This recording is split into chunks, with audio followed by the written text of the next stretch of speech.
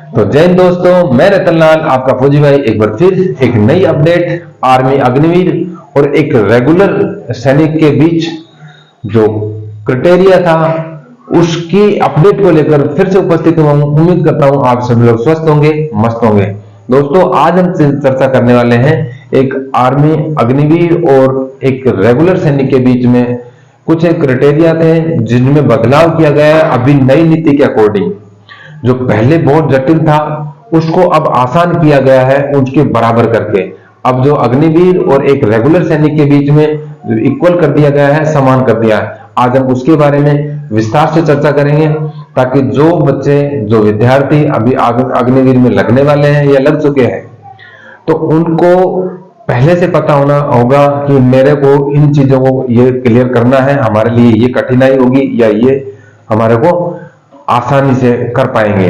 तो उसके बारे में हम चर्चा करेंगे। चर्चा करने से पहले मैं आप सभी विद्यार्थियों को अनुरोध है कि आपके फौजी भाई के चैनल को सब्सक्राइब करें, लाइक करें और ज्यादा से ज्यादा शेयर करें ताकि अपने और भाई बहनों को इस चीज का पूरा फायदा मिल सके और वो सक्सेस हो सके।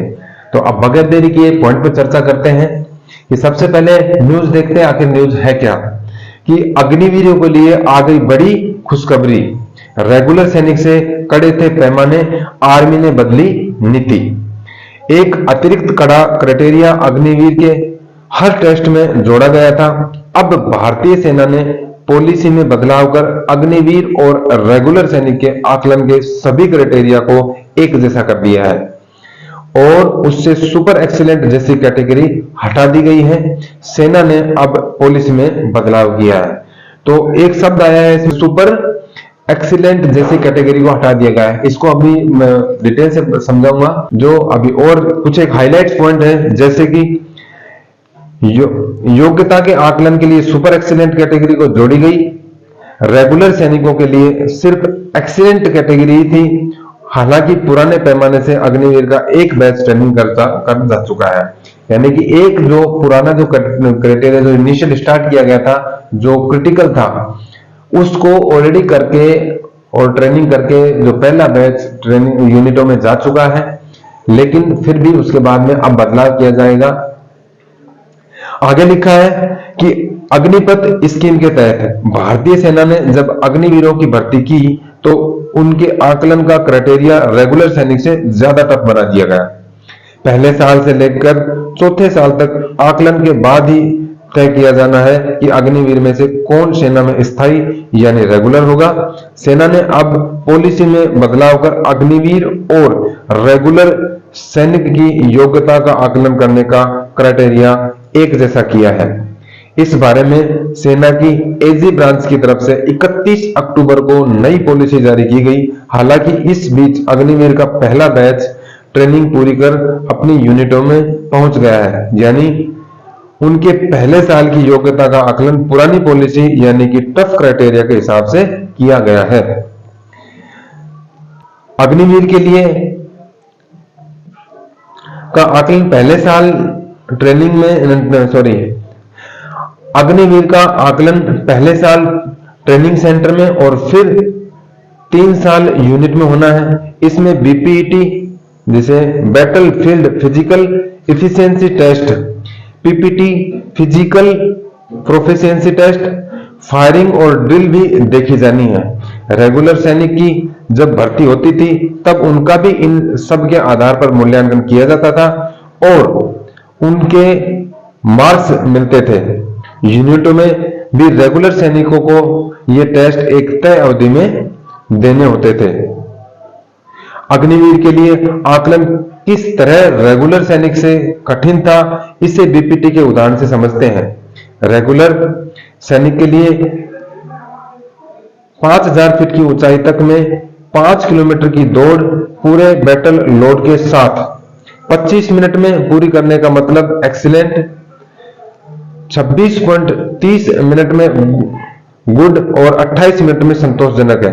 अग्निवीर के क्राइटेरिया में इन 3 कैटेगरी के अलावा सुपर एक्सीलेंट भी जोड़ दिया गया, यानी यह दौड़ 23 मिनट में पूरी करने पर वह सुपर एक्सीलेंट क्राइटेरिया में आएगा।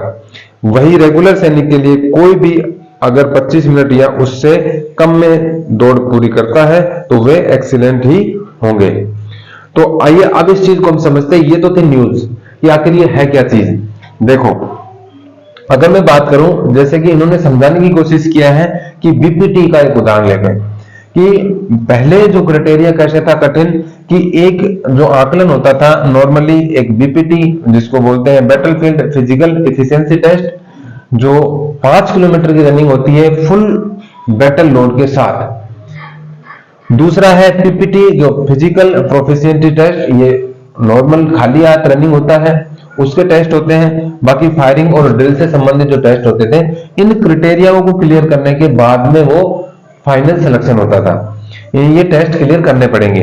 अब इसको समझते हैं बीपीटी से कि बीपीटी आखिर क्या चीज है। बीपीटी एक 5 किलोमीटर का रनिंग है, वो भी फुल बैटल लोड के साथ, यानी कि आपको एक पिट्ठू बैग होता है, फुल ड्रेस होती है, हथियार होते हैं, कंप्लीट एक बैटल लोड के साथ में होता है। तो ये 5 किलोमीटर रनिंग होता है और उसको कुछ इवेंट होते हैं। उसको नॉर्मली उस रनिंग को आप पहले जो एक रेगुलर सिपाही करता था, ये रेगुलर सिपाही आज भी करता है सैनिक, उनका क्या है कि आप 25 मिनट अगर लेते हैं उस 5 किलोमीटर को करने के लिए तो एक्सीलेंट में कवर माना जाता है।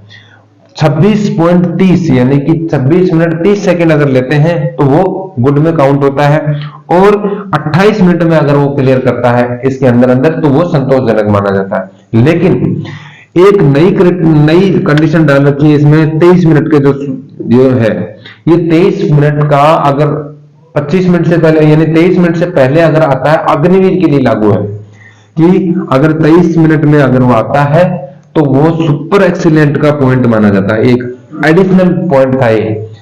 लेकिन 5 किलोमीटर फुल बैटल लोड के साथ में 25 मिनट या मैं कहूं 23 मिनट में करना बहुत कष्ट होता है, बहुत परेशानी आती है। हाँ, मैं कहूं कठिन पॉइंट है कि इस पॉइंट को हटा के नॉर्मल एक रेगुलर सैनिक के बराबर 25 मिनट, 26.5 मिनट और 28 मिनट, इन तीनों पॉइंट के बराबर ही इन रेगुलर को और ये आर्मी अग्निवीर वालों को कॉमन कर दिया है। ये वाला जो 23 मिनट वाला जो पॉइंट है, इस सुपर एक्सीलेंट वाले जो पॉइंट को हटा दिया गया है।